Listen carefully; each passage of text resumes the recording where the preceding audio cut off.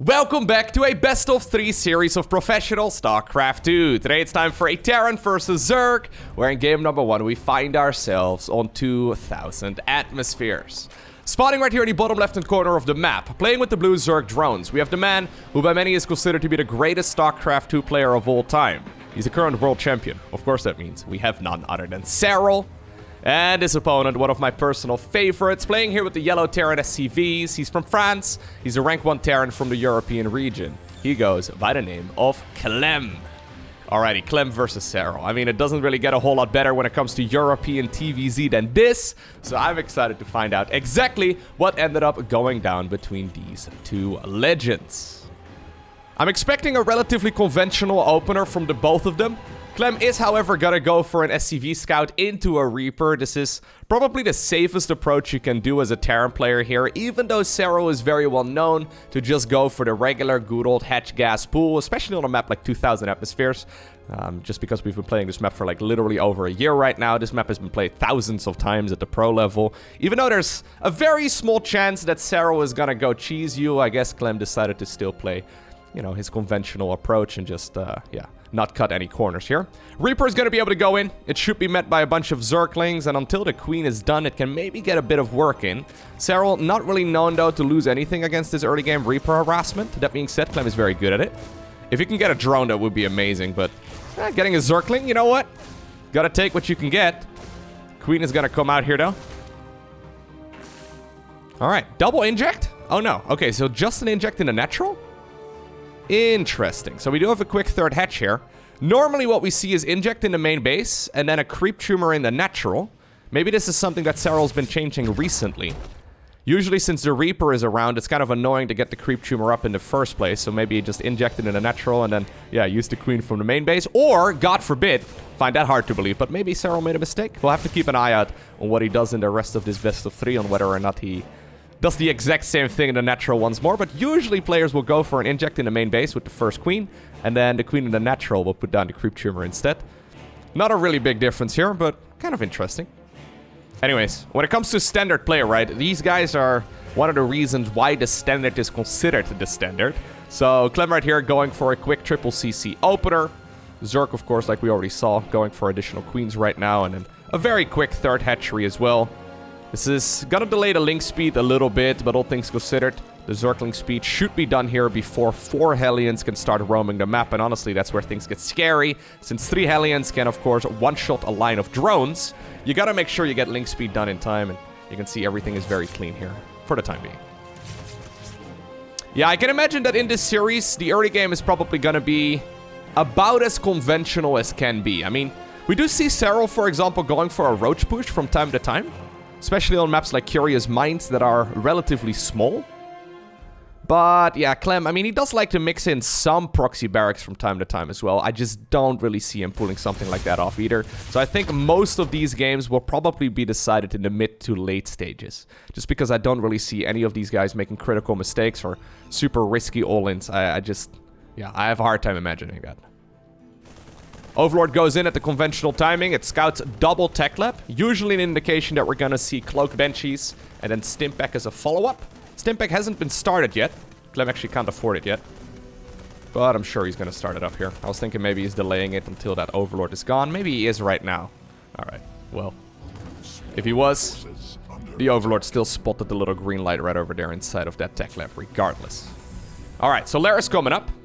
I'm expecting a pretty quick Baneling nest then as well, just to go for that Baneling speed right from the get-go.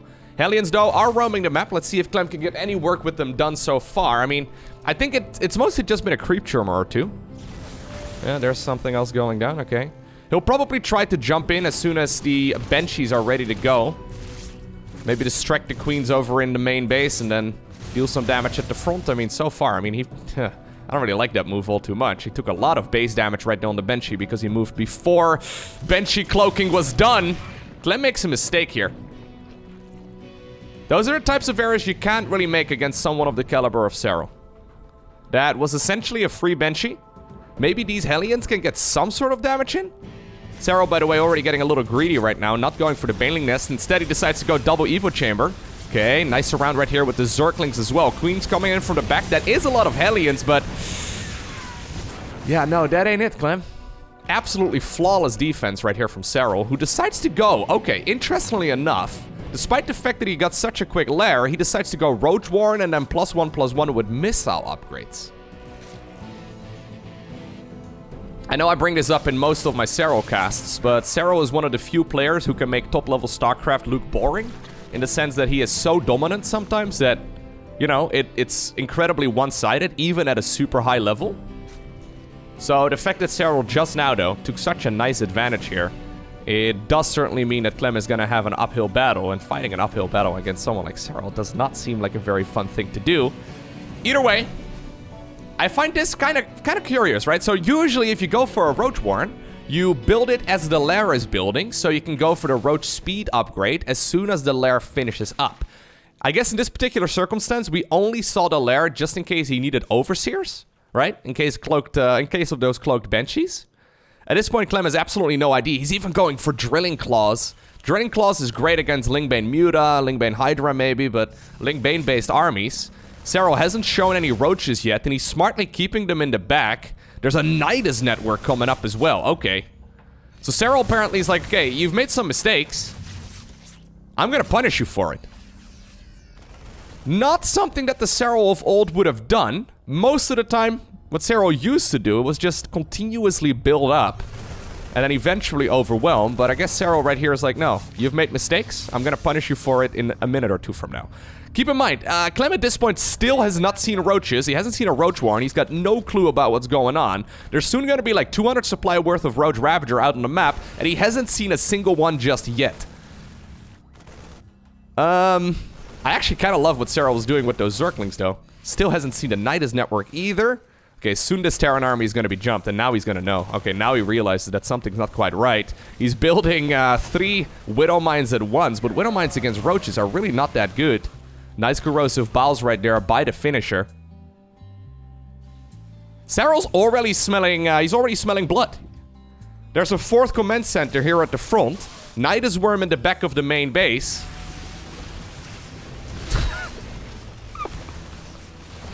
Is this another one of those classic Serral games? Where it's just incredibly one-sided, even at this level of play? There go the Queens in the main base. Yeah, you can't give away your Hellions. You can't give away your Banshee. I mean, it's obvious, right? Maybe he can hold on and stay in this game for a bit longer, but the problem is he's already taken so much damage. He does have a 4th command center, and he did lift it in time. But there's a Zerg infestation in the main base, and there we go. Game number 1. It goes heavily in favor of Serral. Honestly, I know I'm at the risk of sounding like a fanboy, and that's because I am. But honestly, right, that game number 1 was pretty much as flawless of a game as you can have as Zerg at the pro level. Serral completely blindsided Clem there. So first off, the Banshee got sniped for free. That was an obvious error right there from the Terran. Then he made a lot of Hellions, and Serral had barely enough defenses and just the right SimCity in the natural to make sure that he could surround all of them. If you have too many Zerglings, it means you could have made additional drones, right? So your eco would have been better. If you don't have enough Zerglings, obviously you get overwhelmed by the Hellions. That was just pretty much perfect right there from Serral. And then he managed to hide like 100 supply worth of Roaches from the Terran player. Like, Clem was going 4cc, he was going triple Widow Mine production, he had absolutely no idea what was happening right there. Serral defending against the follow-up aggression from Clem as well, just using the Queens and just using the Zerglings, just so Serral could make additional Roaches, right? So, it was, yeah, very clever play right there from Serral, and he completely overwhelmed Clem. Clem is gonna have to tighten things up a little bit in game number 2 right here in Berlingrad. Curious to see if he's once more gonna go for the similar opener right there, because that was a lot of Hellions, more than we normally see in Terran versus Zerg. Okay, this time around it's straight into a reactor. I wonder if he's gonna go for that triple barracks opener that we used to see for a while against Zerg. It always struck me as a Terran versus Protoss build. That's because it was. But it's the one where you go for triple Rex early on and you pump out a lot of Marines and then stimp back and combat shield, and you don't really get any medivacs until much later into the game. We'll have to see.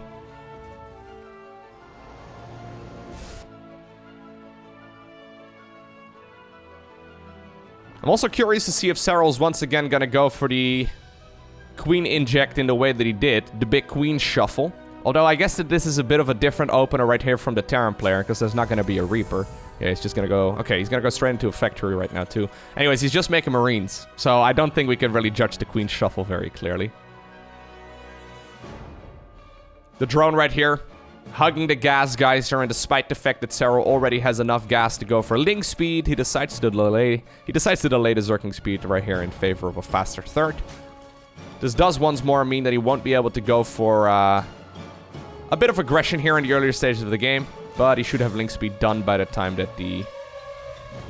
Okay, I was gonna say, is he not starting it up? He should have it done by the time that 4 Hellions get towards the other side of the map.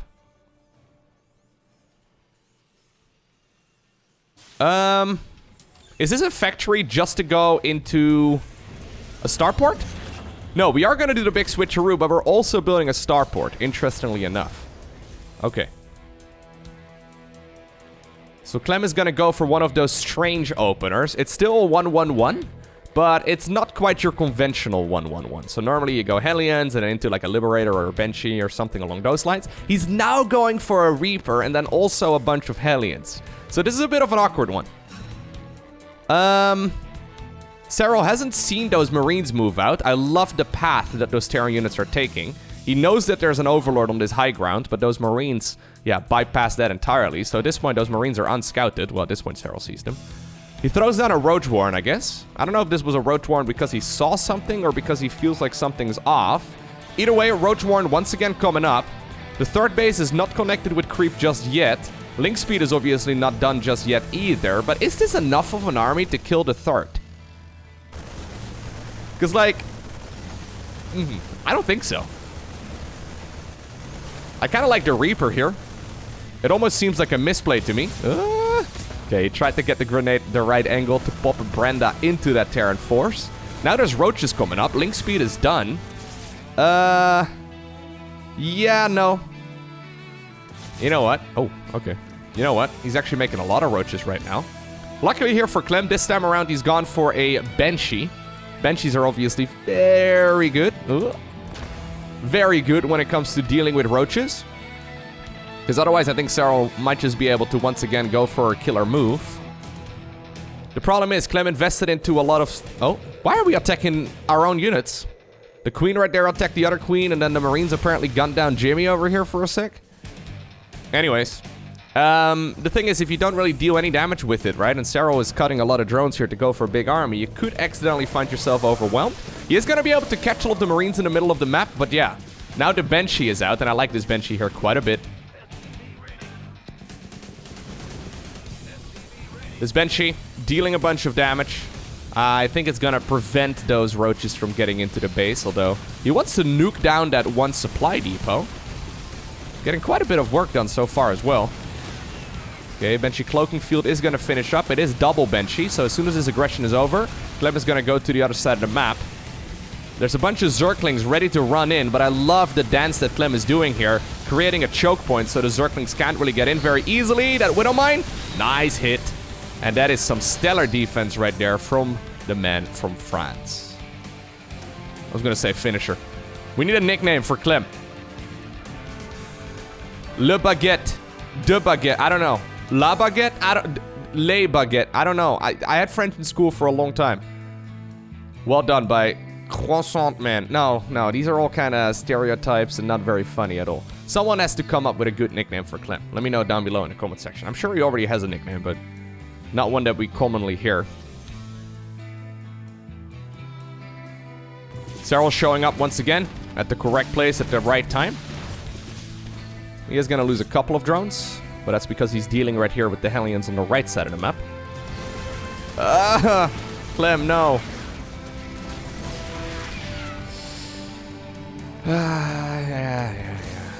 The problem is, right, as soon as that army is gone, as soon as the Hellions are no longer a threat, Zerg feels so, like, comfortable to just drone up fully.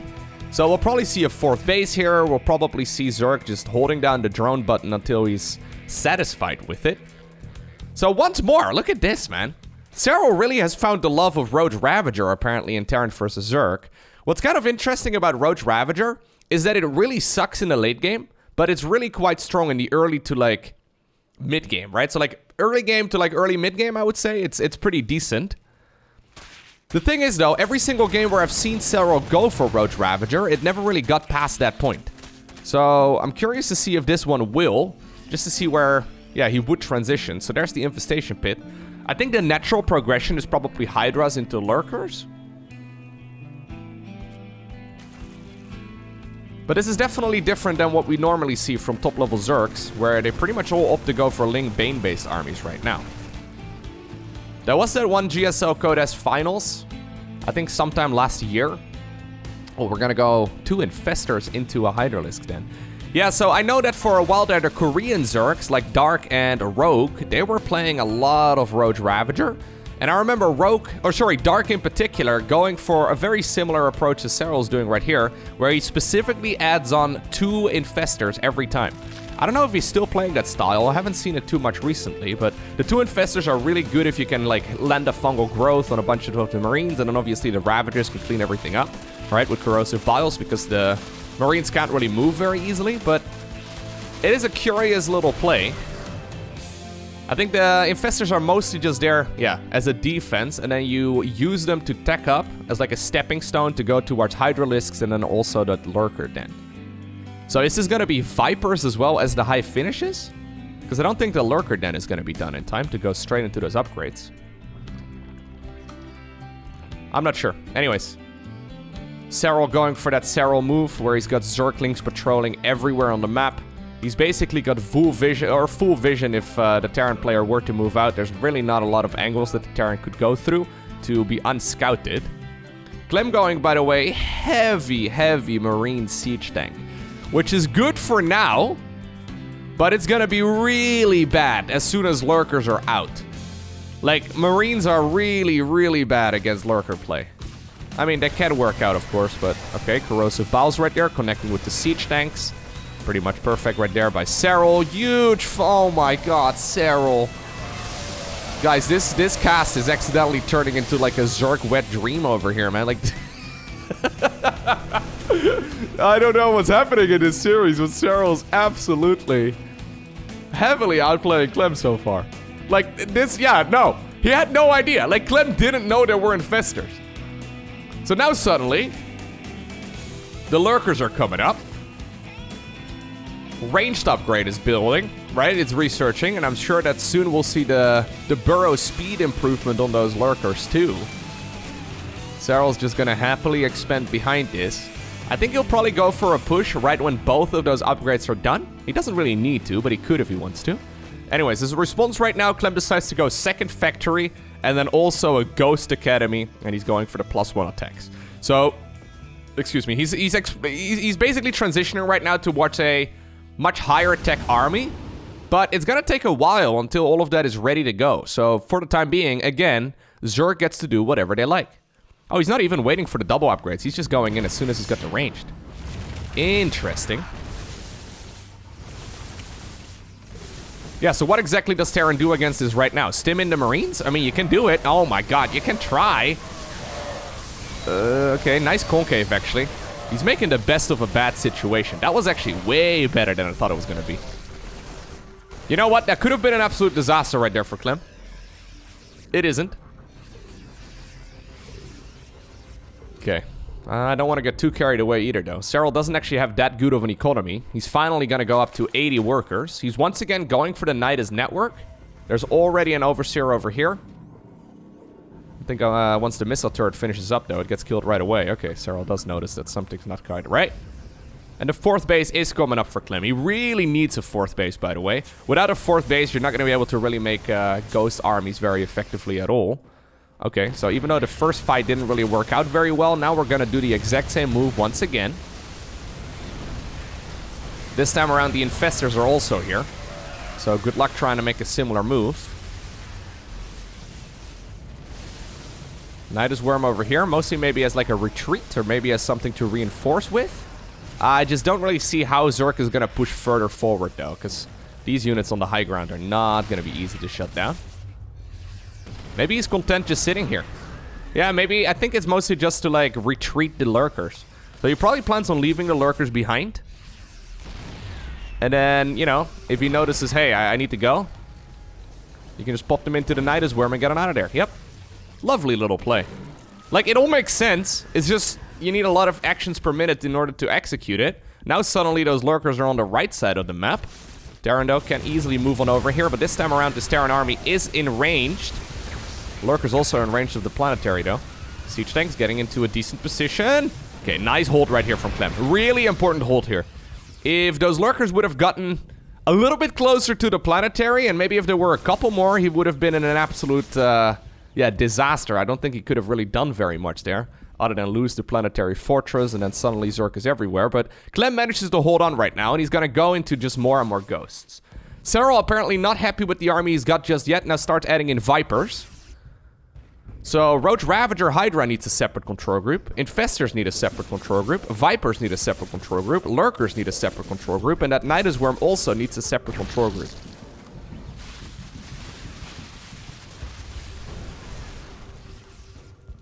Terran here, forced to back off.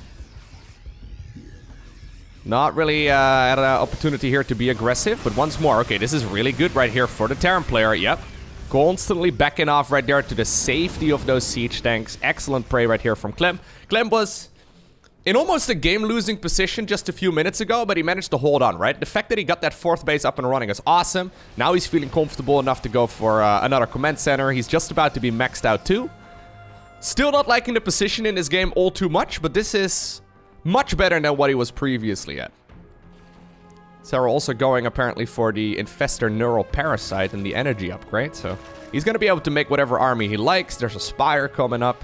He's going Ling Bane as a follow-up now too. Bailing speed, I mean, he's basically getting everything. Those upgrades are all very expensive though. So Serral doesn't have as much of a bank as you'd imagine. Yeah, you can't really throw away an army again is what I'm trying to say, you know? Like, maybe these units, he'll probably want to trade out the Roaches and Ravagers here at some point for more supply-efficient forces, but doesn't want to just throw them away either. Okay, the Ghost count is climbing. Yeah.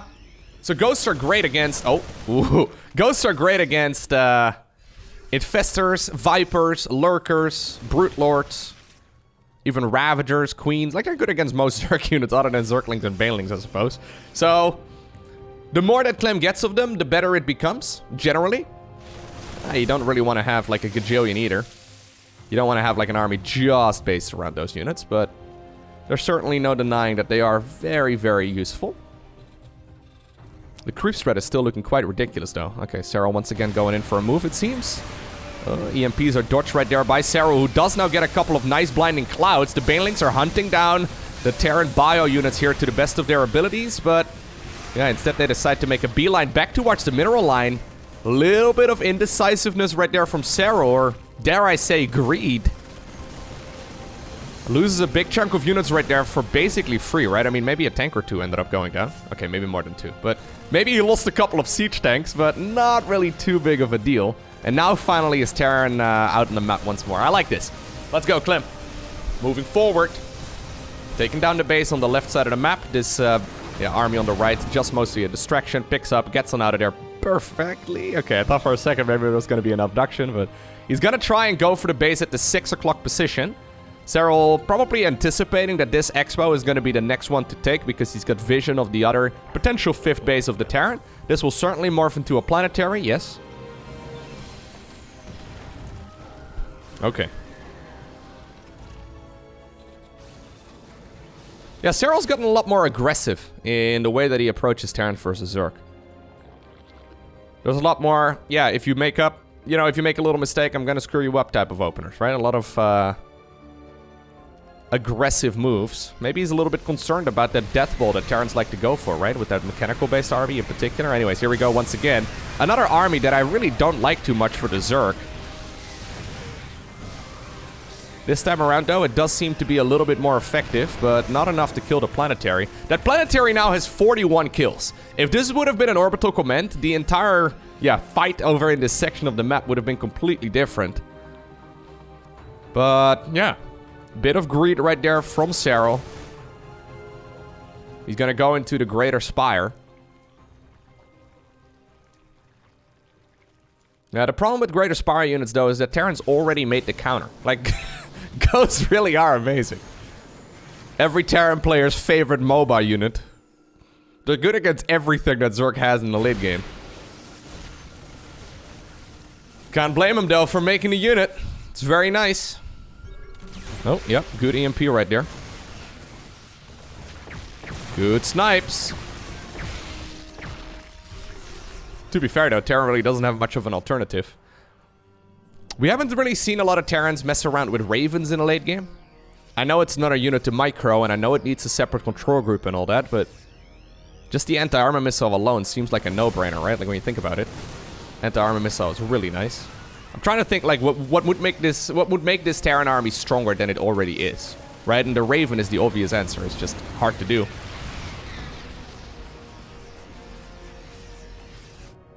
Anyways, we've talked about Ravens over the last couple of days. Okay, so where are those infestors at? They're sprinkled around the map. Oh, God, okay. I'm gonna go back. I was thinking this is a move that Serral might be going for once more. This is something he likes to do in his games. Where he's got infestors. I just backed off, by the way, for like 20 seconds. Yeah, he's got infestors around the map. And what he does is he neural parasites one of the opponent's ghosts to then EMP the rest of the ghosts. This is a nasty trick that Zerg players have been utilizing. I mean, only really Dark, Rogue, and Serral. They're the only guys that I've ever seen doing this because it's so hard. But it's incredibly effective because suddenly, right, as soon as the ghosts are done for and they run out of energy, the Zerg army is everywhere. Look at this. They're so well-rounded, the ghosts that is, that you kind of need to have them, but you also kind of wish you weren't so dependent on them, right? I think a lot of Terrans would probably love to have a unit that was kind of splitting that late game strength. Just so you're not so dependent on just one type. But anyways. The creep slowly taking over this command center, but as soon as the hatchery is done, there's nothing that actually emits that creep anymore, and I think that Clem is going to eventually be able to land that command center over in that position too. Yeah, it's just Lingbane, Infestor, Viper. And Hydras, I guess. But mostly just Lingbane. The Hydras are mostly just supplemental. Eventually that command center goes down. That one gets countered as well. Okay. This is actually a really successful little fight right here from Serral. Dealing way more damage than I thought. That's probably what he was aiming to do in those earlier engagements. None of those fights are going to be resource efficient, but if you look at the minimap, there's Zerg everywhere. Siege tank over there killing a bunch of SCVs as well with that friendly fire. Ling is already burrowed underneath the command center once more. Science still cannot explain why the command center on its little legs cannot land on top of that, but it doesn't matter.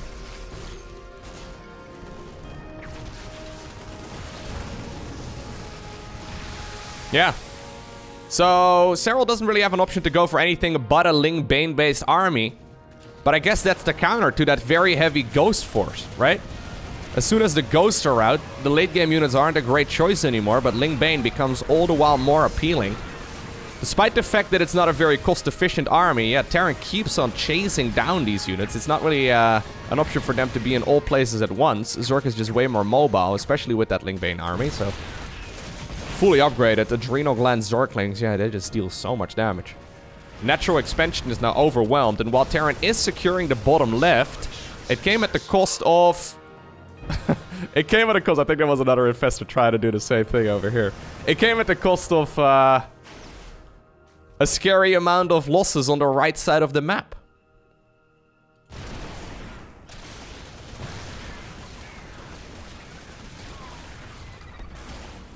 Despite the fact that this is a much longer game, despite the fact that Clem is doing a great job, right? Because I thought he wasn't going to be able to secure a 4th base in the earlier stages of it.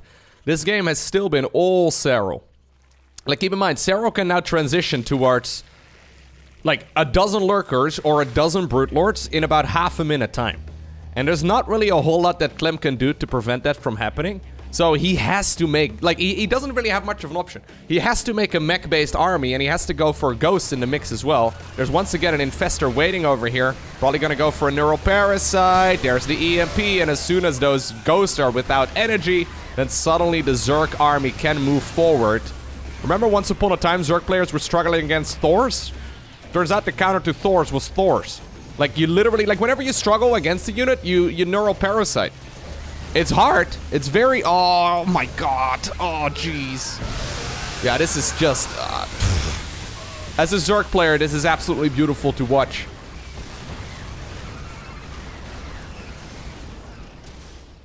Anyways, I forgot what I was saying. That was so pretty. There's already another infestor over here. It's nasty, man.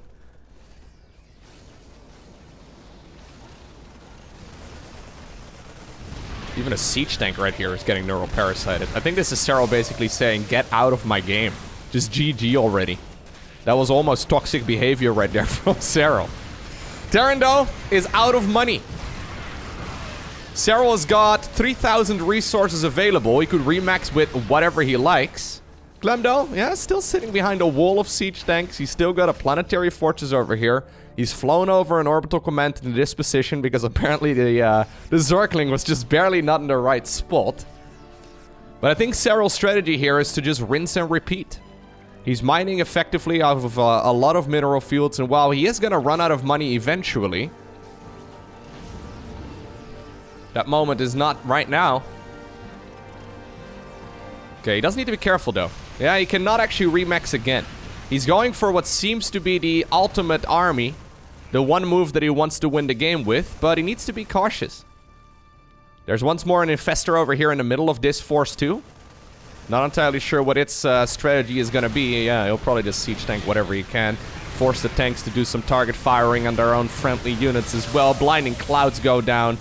Excellent micro right here, even a parasitic bomb. Good micro right here from Clem as well though.